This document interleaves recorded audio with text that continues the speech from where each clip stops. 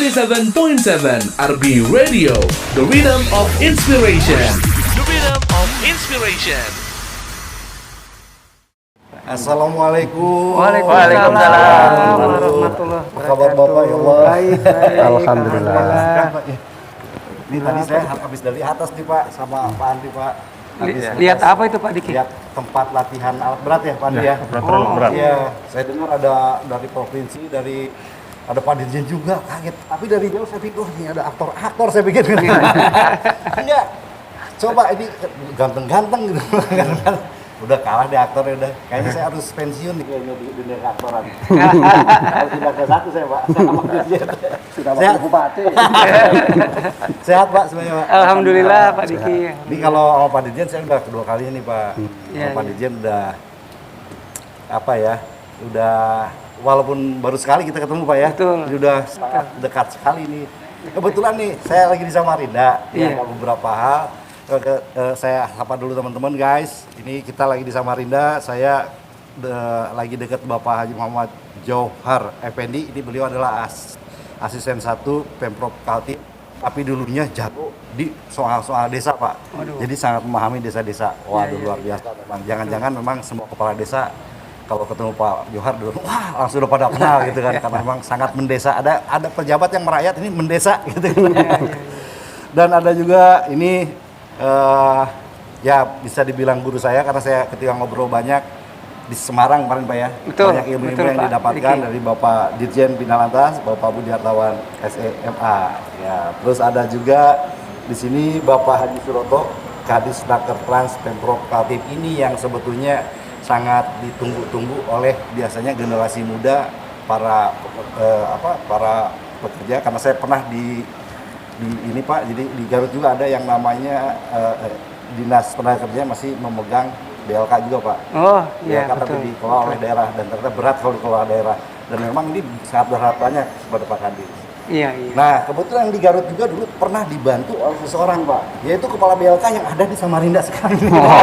Ada Jadi Pak. sejarahnya zaman dulu beliau salah satunya jadi Bapak Andri Susila ini selain kepala BLK Samarinda pernah juga terlibat ikut membantu di BLK Garut ya. Garut. Terutama adalah penyerahan atau pelimpahan bukan apa Pak Andi dulu. Jadi waktu itu BLK Garut menjadi binaan dari Balai Besar Bandung, Pak. Bandung. Saya kebetulan dinasnya di BLK Bandung, Pak. Jadi Cukup lama ya? Lama juga Pak ya? Ya nggak lama, Pak. 2 tahun lah. Di sana. Jadi saya kaget pertama pas ke Samarinda Sempat ketemu? semalam Pak. Jadi pas saya datang saya pikir biasanya nggak ini Pak, ditungguin sampai malam Pak. Waduh luar biasa. Saya tahu gitu kan, saya datangnya pagi Pak. Sampai malam ditungguin ngobrol-ngobrol cerita ternyata aduh luar biasa.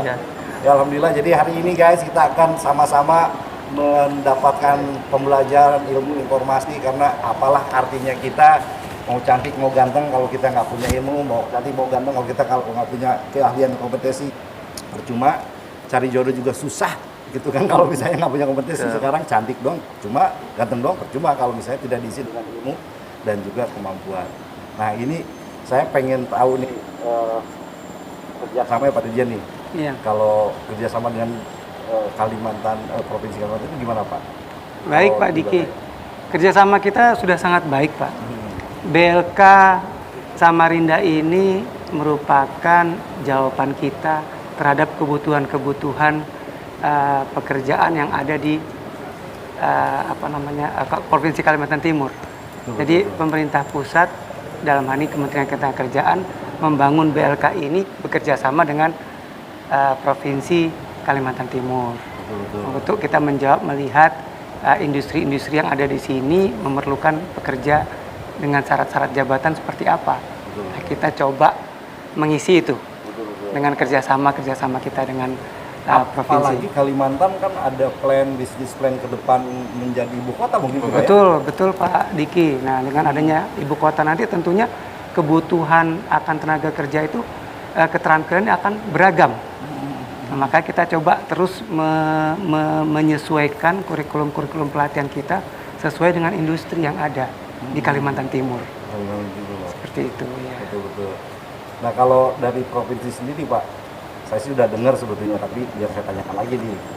pada Pasda 1 sebelumnya dulu pernah kerjasama dengan ini. Itu beberapa program yang pernah dijalankan dengan BLK apa ya Pak? Ya, kita memang sudah beberapa kali pertemuan dan terakhir kita sudah menandatangani MOU dan saya pikir di Kalimantan Timur ini ada 841 desa, 198 kelurahan. Jadi cukup besar, kita punya potensi yang luar biasa, terutama kalau di Kaltim itu wisata, terutama wisata alam ya, itu luar biasa dan khususnya itu di Kabupaten Berau. Nah, kita ingin sebenarnya wisata ini yang tidak terkena imbas sebenarnya, tetapi kalau COVID ini kan memang ya orang membatasi diri ya. Nah, oleh sebab itu Kaltim juga punya program namanya beasiswa Kaltim Tuntas. Nah, jadi kita memberikan beasiswa bagi mulai dari SMA, S1, S2, S3 sampai selesai. Tuntas itu sampai selesai. Jadi tidak boleh 1 tahun kemudian tahun depan bingung lagi dari mana dananya. Nah, ini memang komitmen Bapak Gubernur di dalam melaksanakan visi dan misinya ya. Dan saya rasa apalagi kita sudah akan menjadi ibu kota negara, memang kami dari pemerintah Provinsi Kalimantan Timur berharap, karena ini kan program nasional, jadi kami berharap ada dukungan dari pemerintah pusat bagaimana meningkatkan kapasitas warga masyarakat, termasuk juga kapasitas kelembagaan bagi pemerintah pada level yang paling bawah.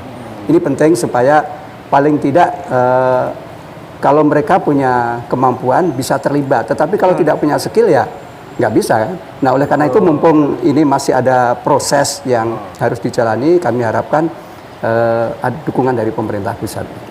Baik. Nah, ini ada berarti kita ada poin 1 nih Pak. Mungkin Pak Dirjen sama dibantu Pak Kepala, saya pengen tahu pernah nggak terjadi misalnya kerjasama pelatihan untuk aparatur negara, misalnya manajemen bisnis atau apa, itu pernah dilakukan nggak kerjasama semacam itu di sini atau mungkin di daerah lain? Pernah nggak Pak Kepala? Sebenarnya itu ada ya, tapi tidak secara resmi atas kerjasama resmi antar lembaga. Jadi misalnya ada beberapa staf yang dititipkan untuk ikut pelatihan. Seperti dari lapas, ada tenaga lapas yang PNS-nya misalnya yang dilibatkan pelatihan di sini, atau dari Badan Diklat mungkin ada tenaga penunjangnya yang diikutkan untuk pelatihan mungkin teknisi AC, karena di sana ada AC yang harus juga dipelihara langsung sendiri oleh tim di sana. Tapi tidak belum secara resmi atas nama instansi. Betul. Tapi ini kemungkinan besar Pak Dirjen untuk adakan kerjasama minta antar instansi begini Pak ya? Mungkin sekali Pak, makanya kita kerjasama di awal dengan Pak Kepala Dinas, kita mencoba memetakan informasi pasar kerja dulu Pak. Kalimantan Timur tuh kayak apa? Betul. Ya kan, antara penyediaan sama penawarannya. Betul. Tenaga kerja seperti apa. Nah, kalau pemetaan itu udah dapat, baru kita bisa lihat apa sih sebenarnya skill yang dibutuhkan. Baru nanti Pak Andri sebagai Kepala BLK akan menyusun kurikulum-kurikulum yang diperlukan oleh pasar kerja tersebut. Nah, teman-teman sekarang kita akan tahu banyak kira-kira apa sih yang dibutuhkan oleh masyarakat dari Pak Kadis nih. Kira-kira kondisi masyarakat di sini, kulturnya mayoritas masyarakat sebetulnya ke arah mana nih Pak? Iya, jadi pertama nih kan sudah menyambung apa yang disampaikan Pak Asisten 1. Ini kan kita menghadapi IKN ya, Ibu Kota Negara ya. Tentu saja ini menjadi tantangan sendiri bagi para calon pekerja-pekerja lokal. Betul. Yang diharapkan ini mereka tidak hanya menjadi penonton saja untuk nanti di daerah, tapi mereka juga bisa menjadi pemain gitu. Tetapi tidak cukup sampai hanya sekedar keinginan saja gitu. Karena itu kami juga ada menginginkan satu ide atau gagasan ke depannya. Seperti perusahaan-perusahaan itu kita harapkan tidak sekedar langsung merekrut tenaga yang sudah siap pakai, Pak. Betul, Pak. Karena kalau dia merekrut tenaga siap pakai, tentu teman-teman yang dari daerah ini pasti akan sedikit banyak ketinggalan dia. Karena yang dari luar, mohon maaf, pasti lebih banyak sudah siap pakai mereka. Karena itu ke depan coba kita akan kalau memungkinkan dari segi peraturan perundang-undangan juga akan mengeluarkan satu kebijakan-kebijakan yang terkait keinginan agar setiap perusahaan itu bukan saja dia langsung mempekerjakan yang siap pakai, tapi mulai dia merekrut, melatih, sampai dia menyalurkan tenaga kerja itu kita harapkan juga dari pihak perusahaan itu gitu. Nah, pelatihannya bisa dilakukan kerjasama dengan pihak kita. Nah, kebetulan kita ada kan BLKI ya, kalau Pemda ada Pak, kalau Pemda ada juga, cuma ada dua, satu di Balikpapan, satu di Bontang. Kalau dikatakan kerjasama dengan pusat seperti disampaikan Pak Dirjen, ya udah berjalan sudah jalan. Terutama yang paling kecil saja membuka, menutup kegiatan udah sama Pak Andre udah sering. Secara teknis lagi, kami juga menerima dana dari APBN Pak, gitu. Yang nganunya ada, satkernya ada di Pak Andre nih. Ini salah satu contoh aja sehingga kita memang bersinergi terus di dalam melakukan pelatihan atau peningkatan kualitas sumber daya manusia yang ada di Kaltim ini gitu Pak. Saya kira itu. Jadi memang keywordnya adalah nggak mungkin ada sesuatu yang bisa maju dikerjakan oleh sendiri, karena memang fitrahnya kita memang harus berjamaah bersilaturahim. Itu ya kuncinya pada itu.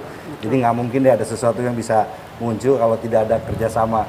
Dan memang untuk kerjasama ujiannya banyak biasanya Pak gitu kan, ada rasa curiga dan segala macam, dan alhamdulillah ternyata fase-fase itu sudah menghilang Pak Dirjen berarti ya, karena sudah terjalin ya Pak. Cuman saya tadi soalnya keliling Pak, keliling ada pendingin pas segala macam. Wah itu saya mikir ya Allah, ini kalau bisa ada pelatihan pendingin aja ini dari ini, karena biasanya kalau zaman saya di Pemda dulu Pak, ada masalah AC kan kadang-kadang ribet Pak. Betul Pak. Sekarang aja saya masalah AC di rumah masih ribet Pak, masalah listrik, masalah AC masih ribet. Dan untuk cari yang ahli itu kadang-kadang agak sulit sekarang ini Pak. Bapak harus kirim ke sini untuk berlatih. Makanya kalau sebetulnya, wah ini luar biasa. Jadi kalau misalnya Pemda atau Pemkot atau mungkin Pemprov juga mengirim itu untuk ada pelatihan untuk pendingin, ada kan ya? Itu Pak, takut saya salah. Ada Pak. Ada Pak. Ada ya Pak? Ada. Itu jadi biar orang ini ya, kulkas sama AC. Kulkas sama AC Pak. sama AC Iya. itu kan. Buat roti aja ada Pak Deki. Pembuatan kue roti aja juga Kue roti pelatihan ada, iya. ada. Apalagi Betul. suasana COVID ini, mereka begitu keluar, mereka bisa membuat, paling tidak menopang kehidupannya sendiri, bisa dia. Betul. Iya, Jadi betul. banyak sekali memang Betul. kegiatan yang dilakukan di BLK. Betul. Nah, kalau melihat kondisi hari ini nih Pak ya, hari ini melihat potensi yang ada di Kalimantan nih dari Pak Kadis yang mungkin bisa dikembangkan seperti apa? Karena saya pernah dengar ada program desa di daerah yang lain, bisa ada program desa lampu, jadi mereka bikin biogas pakai lampu, ada desa sapi katanya kalau nggak salah, mungkin di sini ada nggak desa yang memang masyarakatnya ngurus sapi, ada desa apa, jadi kayak village breeding center kayak begitu. Nah itu kan butuh pelatihan kayak itu, mungkin nggak dikerjasamakan dengan BLK termasuk di Samarinda ini Pak?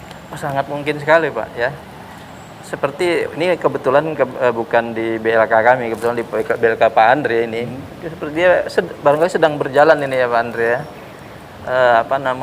Kerjasama dengan satu daerah, satu kecamatan itu. Jadi apa yang dibutuhkan dari kecamatannya itu semuanya dilatih yang dari satu kecamatan itu gitu. Betul. Nah itu ya kebetulan yang saat ini sedang berjalan ada di Pak Andre.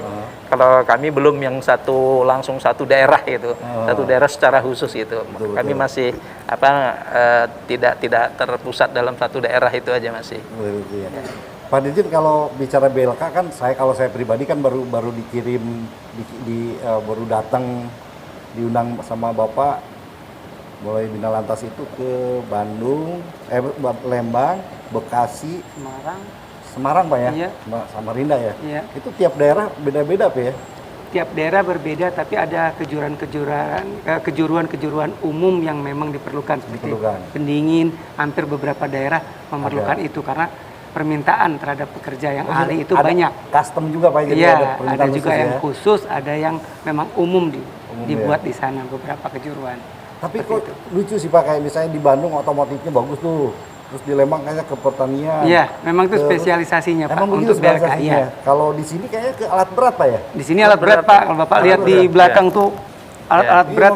Ini nggak semua BLK memiliki fasilitas pelatihan seperti ini Pak. Betul ya. Peralatan kemarin aja di Semarang Pak, jadi kebetulan ada desainer namanya Eko Chandra Pak, ya, Iya. udah ketemu ya. Iya. Eko Chandra aja bengong Pak. Jadi dia seorang desainer, dia lihat keliling, ternyata alat yang ada di sana itu ada 2 alat yang saya nggak tahu namanya, 2 alat yang tidak pernah ditemukan di Indonesia. Di luar negeri dia sering lihat, tapi di Indonesia cuma ada di BLK. Jadi dari secara fasilitas saja emang sangat luar biasa Pak gitu kan yang Betul dilihat Pak ini. Diki. Iya. Dan saya dapat informasi juga dari Pak, katanya ada apa di otomotif, ada apa Pak? Ada alat juga yang cuma di bengkel-bengkel ini nggak ada Pak ya? Ya, Apa itu Pak alat? Apa? ya Otomotif ya? di apa? Di yang tidak ada di BLK lain itu ini alat berat berat, ini. Pak. Ini alat Nah, berat. excavator, Aha.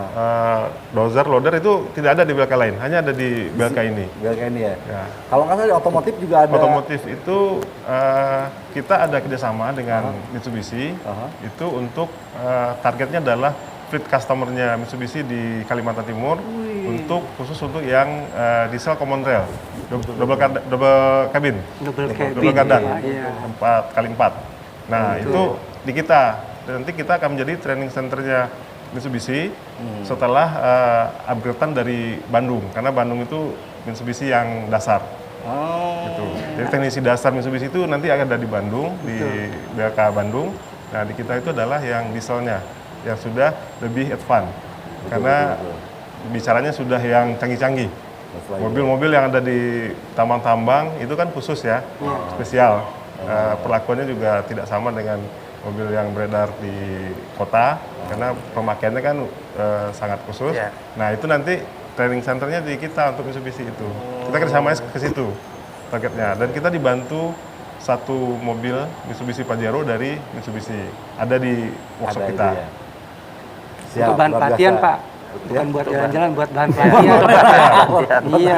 Bongkar pasang. Tapi ada yang menarik tadi di dalam disebutin kalau misalnya Kalimantan jadi ibu kota, berarti saya bukan artis ibu kota lagi Pak. Emang sama dong Pak. Orang daerah. Desa Pak nanti ya. Artis lokal. Jadi diundang ke ibu kota ya. Jadi aduh, guys, kita punya banyak ilmu dan waktunya memang sangat terbatas sekali, tapi ya banyak hal yang. Tapi saya ingin membahas nih, kebetulan saya tadi sempat belanja Pak. Iya. Ini pengen lihat dulu bentar Pak. Nah, ini ada kreasi-kreasi. Ini saya pengen tahu aja nih karena saya di Samarinda. Bingung juga, saya belum tahu nama-namanya nih, dikasih teman saya kan bertiga saya nih. Teman saya bawa ini apa sih Pak? Sarung Samarinda. So, Ya. ini diproduksi Sarung Samarinda. Ya dari sini.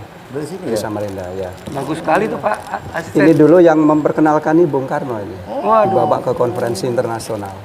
Waduh, saya beruntung dapat ini. Dari Samarinda seberang yang terkenal. Oh gitu ya? Oh ini apa nih Pak? Nah itu amplang, ini memang khas Kalimantan Timur. Biasanya tepung dengan ikan pipih atau ikan apa gitu ya. Bisa juga dari bandeng, Dari Bandung juga ya, ya? anunya bahan untuk. Oh ini apa nih Pak? Nah ini kan ikan apa? Oh, ikan apa itu Pak? Namanya? Bukan ikan Itu pesut ya? ringan. Gurih itu, Ikan Pak. asin. Oh gurih ya? Ringan sekali itu ya. Ini langsung dimakan atau apa gimana Pak? Ini goreng dulu lah. Goreng dulu Pak Diki. Jadi guys, saya dapat oleh-oleh banyak banget sampai ke kerajinan yang seperti ini. Nah itu manik-manik itu ya. Manik-manik Dayak nih Pak ya? Iya. Bukan? Iya. Oh, bagus sekali tuh Pak Diki. Nah artinya kenapa saya keluarin ini Pak, saya suka kepikiran kadang-kadang mereka ini, jadi saya cerita salah satu warga saya dulu, wah ini banyak banget nih Pak Dik. Manik, ya. Oh sama kalau ini bikin Sama. ini dari BLK ini ya? Itu ya. Dari BLK Sama, ya? iya. Dari Ini BLK dari ya? Sumatera. Jadi ini ada siapa namanya saya lupa Mbak siapa? Oh Mas Heri. Oke, Jadi ini bikin salah ini, satunya Pak. adalah salah satu dari kejuruan garment ya. Siswa Namanya di Mas Heri tiba-tiba bikin begini dan sekarang sudah nyebar nih, teman-teman saya juga udah pada beli yang kayak begini.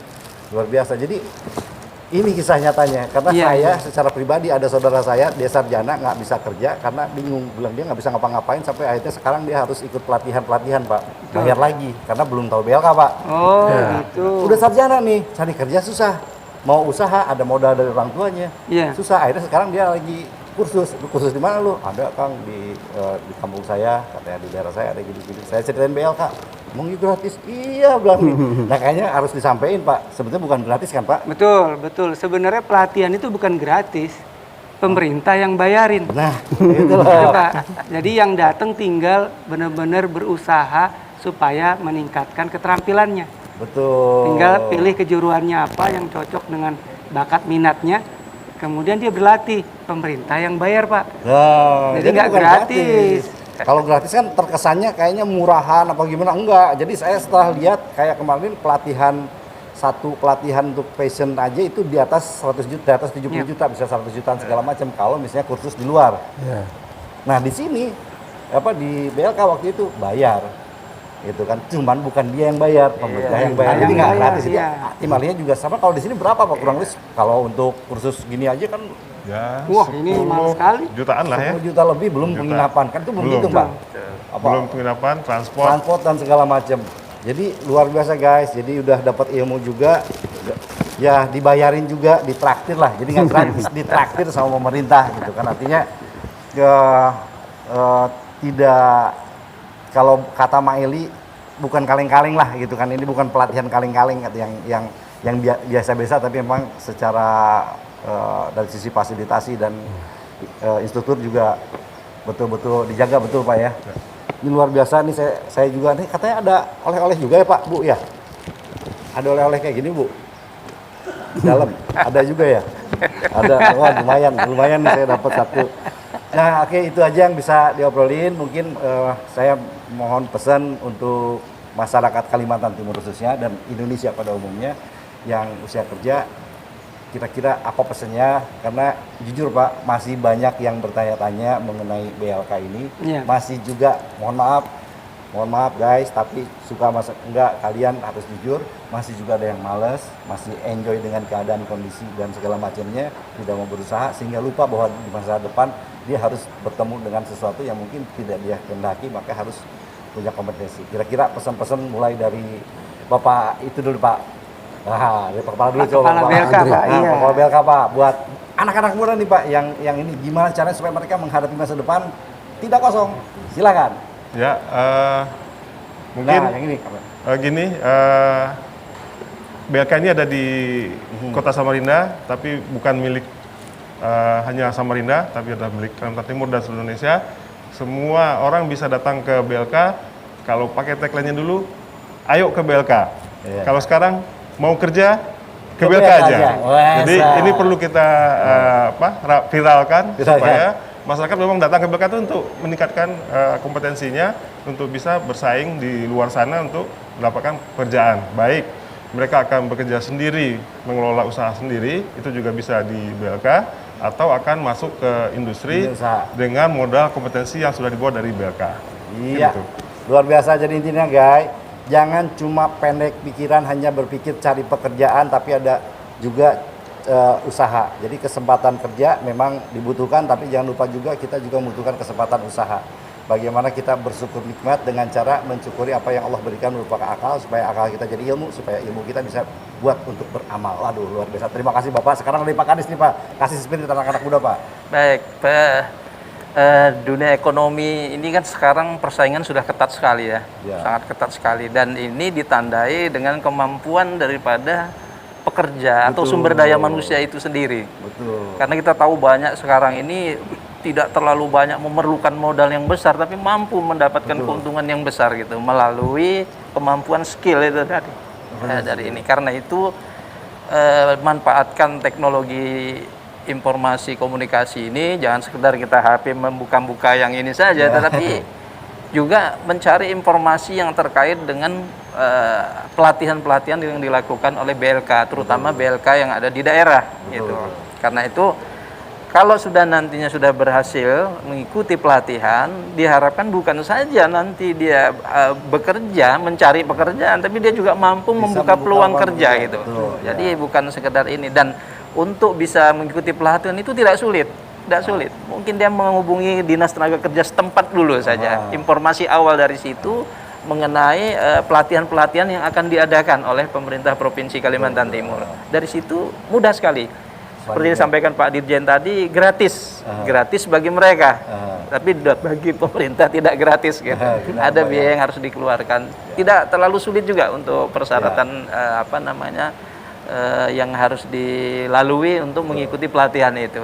Jadi saya mengajak khususnya angkatan muda, angkatan kerja yang ada di Kalimantan Timur inilah, untuk dia jangan bersantai-santai saja. mempersiapkan diri untuk menghadapi satu persaingan ke depannya, terutama meningkatkan kualitas kemampuan kita itu dalam menghadapi tantangan-tantangan ke depan yang semakin hari semakin ketat. Saya kira itu. Oke, keywordnya adalah ketat. Banyak yang pakai baju ketat. Banyak apa? Salah tuh. Persaingan makin ketat. Jadi kita harus mengisi kita dengan kompetensi skill. Nanti Pak Ditjen gongnya. Nah, Pak, kalau menurut Bapak sekarang kondisi menghadapi Kalimantan jadi ibu kota, kira-kira spirit buat adik-adik kita apa nih khusus di Kalimantan nih? Ya, barangkali kalau adik-adik tidak menemui profesi misalnya pekerjaan tukang servis mesin ketik. Kalau kita lahir tahun 60, 50 ketemu itu. Kenapa pekerjaan itu, profesi itu hilang? Karena sudah seiring dengan perkembangan alat-alat teknologi. Nah, oleh karena itu memang kita harus segera menyesuaikan perkembangan. Kita tidak boleh merasa, wah saya sudah hebat, tapi tidak mau melakukan perubahan-perubahan. Nah, oleh karena itu ini ada pantun titipan Pak Wagub, ya harus saya bacakan ini ya. Sarapan pagi sepiring nasi, berteman ikan sambal terasi.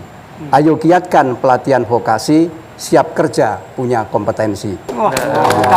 Ada satu lagi. Ada kelinci belang di paha, bermain-main di jalan raya. Mari bekerja dan berusaha, semoga sukses menjadi kaya. Wah. Oke. Itu titipan Pak Wagub, satu dari saya. Oh, ada. Menolong orang memakai tali, tapi ingat harus hati-hati. Hidup itu hanya sekali, maka jadikan hidupmu lebih berarti lagi. Nah ini Pak Diki itu ternyata luar biasa ini, sangat bermanfaat ini. Kalau orang tidak tahu, beliau seperti cengengesan, bercanda gitu kan, tapi ternyata luar biasa pemahamannya. Kalau dalam ilmu itu makrifatnya tinggi begitu. Iya. Terima kasih Pak, terima kasih juga, tolong sampaikan kepada Pak Wagub, mudah-mudahan sehat selalu. Dan ya intinya bahwa di sini ya spirit yang positif yang harus kita miliki.